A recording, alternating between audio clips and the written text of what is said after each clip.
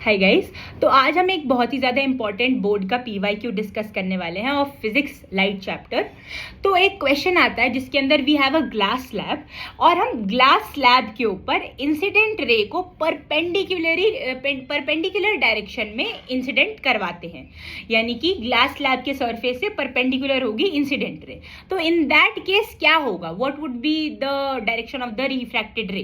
Because usually हम क्या पढ़ते हैं रिफ्रैक्शन में, अगर एक लाइट रे को इंसिडेंट करवाते हैं at a certain angle from the normal, then if it is being passed on from a rarer medium to a denser medium, तो डेंसर मीडियम में आके वो incident ray is the refracted ray is going to bend towards the normal.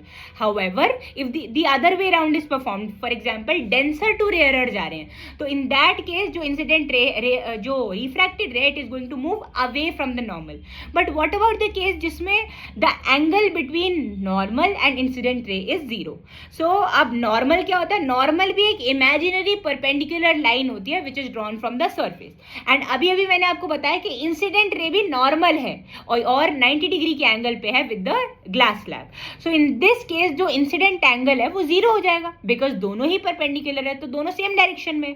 तो in this case the light रे despite the fact that it is refracting, वो कहीं पे भी बेंड नहीं करेगी और लाइट रे सीधा सीधा मूव कर जाएगी थ्रू द ग्लास स्लैब। क्या इसका मतलब ये है कि उसने रिफ्रैक्शन नहीं किया? ऑफ कोर्स रिफ्रैक्शन तो किया है, क्योंकि मीडियम चेंज हुआ है, स्पीड बदलेगी, रिफ्रैक्शन हुआ है, but the direction of the refracted रे does not change because of the angle of incidence being zero.